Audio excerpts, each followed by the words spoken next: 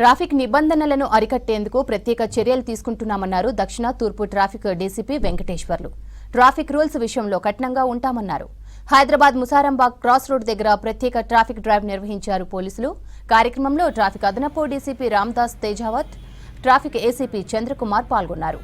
Cell phone driving, wrong side driving లాంటి ప్రమాదకరమైన ఉల్లంఘనలను అరికట్టేందుకు విస్తృత తనిఖీలు చేపట్టారు.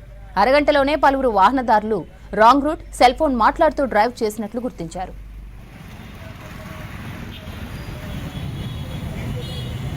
సెల్ ఫోన్ డ్రైవింగ్ చేసుకుంటూ మాట్లాడతారో వాళ్ళకి ఓన్లీ ఆ మాటల మీదనే కాన్సన్ట్రేషన్ ఉంటుంది, కానీ ఎవరు వస్తున్నారు, మనం ఎవరిని పోయి గుద్దుతున్నాయనే విషయం వాళ్ళకి తెలియదు.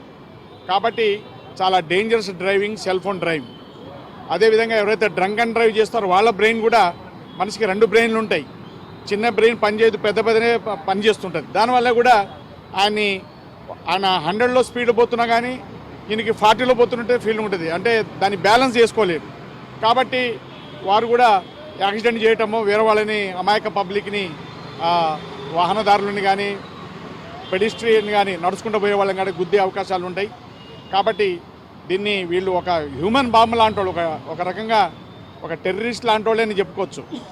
టెర్రరిస్ట్ ఎలా తనకు తాను 10 మందిని వేసేసి తను చనిపోతాడో, వీళ్ళు కూడా ఈ రకంగానే తయారయ్యారు. డ్రంక్ అండ్ డ్రైవ్ చేయటం కానీ, సెల్ ఫోన్ డ్రైవింగ్ కానీ వెరీ డేంజరస్ డ్రైవింగ్.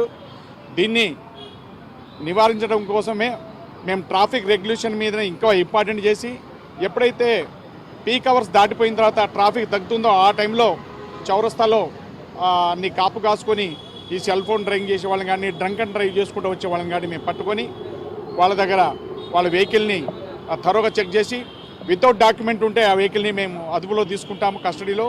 లేనిచో ఒరిజినల్ డాక్యుమెంట్ పెట్టుకొని వాళ్ళకి వెహికల్ రిలీజ్ చేస్తాము.